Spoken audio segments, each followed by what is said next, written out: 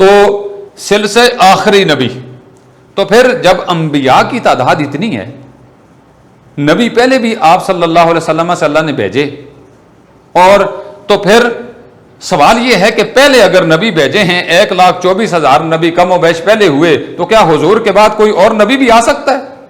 سوال ایک ذہن میں اٹھتا ہے۔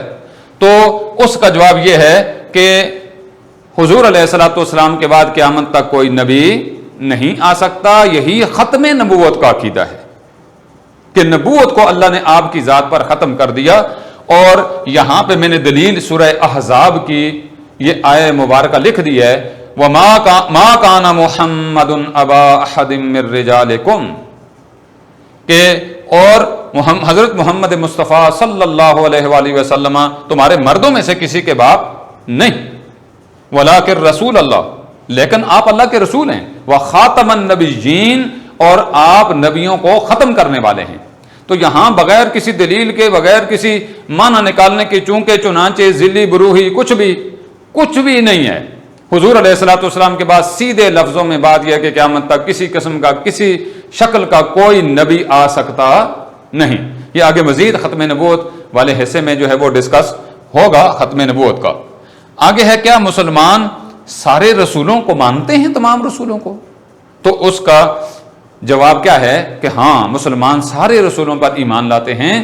دلیل کیا ہے؟ لا نفرق بین احد من رسولہ کل آمن باللہ وملائکتہ وکتبہ ورسلہ لا نفرق بین احد من رسلہ۔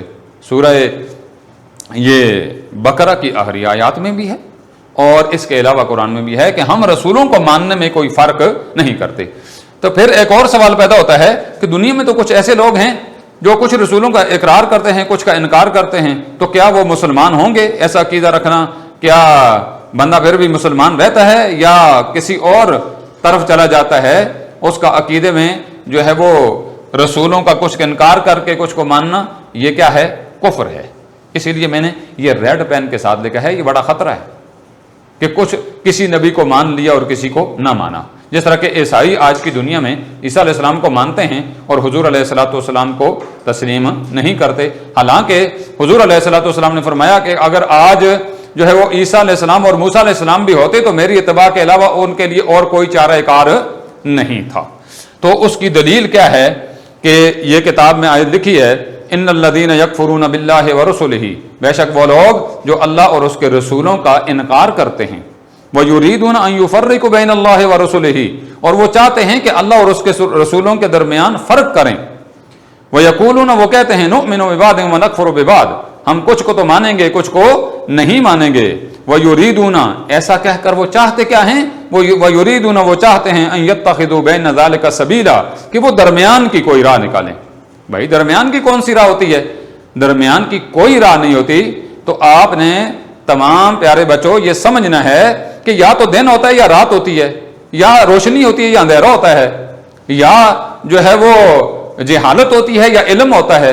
یہ تو نہیں ہے کہ آدھی رات ہو آدھا دن ہو جائے، آدھے جو ہے وہ روشنی ہو جائے اور آدھا اندھیرا ہو جائے، ایسی چیز نہیں ہے۔ بیچ میں سے جو راستہ نکالا جاتا ہے وہ کسی نہ کسی ایک کے ساتھ جو ہے وہ ظلم اور زیادتی ہی شمار ہوتی ہے۔ یہ الگ بات ہے کہ معاملات میں کچھ لوگ کہتے ہیں کہ بیچ کا کوئی راستہ نکال دو تاکہ ایک کو راضی کر کے دوسرے کو، لیکن یہاں یہ بات نہیں ہے کہ اللہ کو راضی کر کے رسولوں میں سے کسی ایک کو مان لیا، اللہ راضی ہوتا ہی نہیں ہے۔ اللہ رب العزت نے سارے رسول بھیجے اور اللہ رب العزت سارے رسولوں پر ایمان لانے کا مطالبہ اور تقاضا کرتا ہے۔ تو فرمایا کہ آخر میں کہا اولئک ھم الکافرون حقا، ایسا کہنے والے پکے کافر ہیں اور ان کے کفر میں کوئی شک نہیں ہے۔ اب رسول کی آخر میں ضرورت، رسول کی ضرورت کیوں پیش آئی؟ حضرت آدم علیہ السلام پہلے رب العزت کی ذات تھی، فرشتے تھے، کچھ بھی نہ تھا، انسانیت نہیں تھی۔ آدم علیہ السلام کو بھیجا اور ساتھ ہی کہا انی جاعل فی الارض خلیفہ، زمین میں اپنا ایک نائب بنانے والا ہوں۔ تو پھر فرشتوں نے اعتراض بھی کیا کہ یا اللہ اس کو نائب بنا رہا ہے جس کو جو خون بہائے گا، خرابیاں کرے گا۔ تو اللہ نے فرمایا جو میں جانتا ہوں تم نہیں جانتے۔ پھر فرشتے لاجواب ہو گئے۔ المختصر لمبی چوڑی بحث ہے سورہ بقرہ کے شروع میں۔ تو رسول کی ضرورت کیوں پیش آئی؟ رسول کی ضرورت اس لیے پیش آئی کہ آیت سنیے، وَأَنزَلْنَا إِلَيْكَ الذِّكْرَ، ہم نے قرآن آپ کی طرف اس لیے بھیجا، نازل کیا، لِتُبَيِّنَ لِلنَّاسِ مَا نُزِّلَ إِلَيْهِمْ، کہ جو ان کی طرف نازل کیا گیا ہے آپ ان کو اس کو کھول کر بیان کریں، اس کی تعلیمات سے لوگوں کو آگاہ کریں۔ کیوں کہ عام انسان کے دل اور دماغ اس بات کا متقاضی نہیں ہو سکتا، اس بات کا متحمل نہیں ہو سکتا، اس بات کا طاقت نہیں رکھتا کہ وہ ڈائریکٹ اللہ رب العزت کی بات کو سنے اور سمجھے۔ اس کی مثال دوں، موسیٰ علیہ السلام نے فرمایا، عرض کی تھی اللہ رب العزت سے، رب ارینی، مولا اپنا آپ دکھا۔ اللہ رب العزت نے فرمایا موسیٰ لن ترانی، تم مجھے نہیں دیکھ سکتے۔ جب ضد کی تو فرمایا کہ کوہ طور پہ چلے جاؤ۔ ایک تجلی جب پڑی تو موسیٰ علیہ السلام بے ہوش ہو کر گر پڑے۔ تو رب العالمین کی ایک تجلی جو بندہ برداشت نہیں کر سکتا، وہ اس کی بات کو کیسے برداشت کر سکتا ہے؟ تو رسول کی ضرورت اس لیے کہ حضور علیہ السلام کو رسول بنا کر بھیجا، سارے نبیوں کو رسول بنا کر، سارے نبی جو آئے ان کو جو بھیجا امت کی ہدایت کے لیے، وہ اس لیے تاکہ آپ صلی اللہ علیہ وسلم قرآنی اصولوں پر مبنی ایک عملی زندگی کا لوگوں کے سامنے مظاہرہ کریں۔ اور وہ مظاہرہ آپ نے، اس کی تشریح اگر کروں تو کیا ہے، پہلے 40 سال آپ نے لوگوں کے درمیان جو ہے وہ عملی مظاہرہ کر کے دکھایا ہے۔ اس لیے وجہ سے تو لوگوں نے آپ کو صادق اور امین کہا ہے اور آپ کی شخصیت سے متاثر ہوئے ہیں۔ اور دوسرا یہ ہے کہ تاکہ انسانوں کی اصلاح ممکن ہو۔ پیغام الہی اگر ہم سوچیں تو فرشتوں کے ذریعے بھی بھیجا جا سکتا تھا، فرشتے آتے، پیغام سناتے، واپس چلے جاتے، لیکن مقصد پورا نہ ہوتا، انسانوں کی اصلاح نہ ہوتی۔ تو انسانوں کو کی اصلاح کے لیے اور اللہ کی مقصد جو تھا انسانوں کو اپنی ذات کی پہچان کروانا، اس مقصد میں ان کو کامیاب کروانے کے لیے اللہ رب العزت نے انسان کامل ہونے کے باوجود رسول کے لیے اور نبی کے لیے بشر ہونا اور انسان ہونا ضروری تھا، بشر ہونا اور انسان ہونا ضروری ہے۔ اور دوسری وجہ کہ رسول کو امتیوں جیسی مشکلات کا سامنا کرنا پڑے تاکہ ان کی سیرت سے، اس کی زندگی سے وہ عمل جو ہے وہ کہ ان کے لیے نمونے جو ہے وہ سامنے آ جائیں۔ مثال اس کی دوں کہ رسول کو، نبی پاک صلی اللہ علیہ وسلم کو امتیوں جیسی مشکلات کا سامنا کرنا پڑا۔ مثال کے طور پر جب مسجد قباء، پہلی مسجد اسلام کی تعمیر ہو رہی تھی، حضور علیہ السلام خود اپنے ہاتھ مبارک میں تغاریاں اٹھا کر لے کے جا رہے تھے اور آپ کی زبان پر یہ اشعار تھے، قد افلح من یأمر المساجد، کہ کامیاب ہیں وہ لوگ جو اللہ کے لیے مسجدیں بناتے ہیں۔ اسی طرح غزوہ خندق میں جہاں صحابہ مٹی کے ٹوکرے اٹھا کر خندق کھود کر جو ہے وہ پھینک رہے تھے، اسی طرح نبی پاک صلی اللہ علیہ وآلہ وسلم بھی مٹی کے ٹوکرے اٹھا کر صحابہ کے ساتھ انہی مشکلات کا سامنا۔ اور جب صحابہ نے دیکھا کہ بھوک ہے، صحابہ نے ایک ایک پتھر باندھا تھا۔ جب حضور علیہ السلام سے شکایت کی تو میرے آقا کے 2 پتھر بندھے ہوئے تھے۔ تو آج کے مسلمان کے لیے دین پہ چلنا بڑا مشکل ہو گیا ہے۔ ایک اضافی بات تربیت کے لیے بچوں آپ کی بتاؤں، آج مسلمان کہتا ہے 20 قسم کے کھانے کھا کر پھر بھی کہتا ہے نماز پڑھنی مشکل ہے، روزہ رکھنا مشکل ہے، حضور کی سنتوں پہ عمل مشکل ہے۔ لیکن صحابہ اور میرے آقا نے 2 پتھر باندھ کر بھی، صحابہ نے پیٹوں پہ پتھر باندھ کر بھی اس دین کا گلہ نہیں کیا اور نمازیں وہ پڑھتے تھے، وہ دین پہ من و ان عمل کرتے تھے۔ مبارکیف امتیوں کو جیسی رسول کو مشکلات کا سامنا کرنے پڑے تاکہ ایک بہترین سوسائٹی جو ہے وہ سامنے تشکیل دی جا سکے، سامنے آ سکے، اور اس سارے اجتماعی نظام کو منشاء الہی کی تاکہ شرع ہو۔ منشاء الہی، منشا کہتے ہیں چاہت کو، خواہش کو، تاکہ اللہ رب العزت کی جو خواہش ہے، اس کی جو چاہت ہے، اس کی منشا ہے، اس کی مرضی ہے، اس کی تشریح ہو جائے۔ اور رسول کو اس لیے جو ہے وہ بھیجا ہے، اس لیے رسول کی ضرورت تھی انسانوں کو۔ تو آج کے لیکچر میں ہم نے اسلام کا دوسرا عقیدہ، عقیدہ رسالت، اس کے متعلق اس کے لغوی اصطلاحی معنی اور اس کے سارے لوازمات کے متعلق سیکھنے کی کوشش کی ہے۔ اللہ رب العزت ہم سب کا حامی و نگہبان ہو۔ فی امان اللہ۔ السلام علیکم ورحمۃ اللہ۔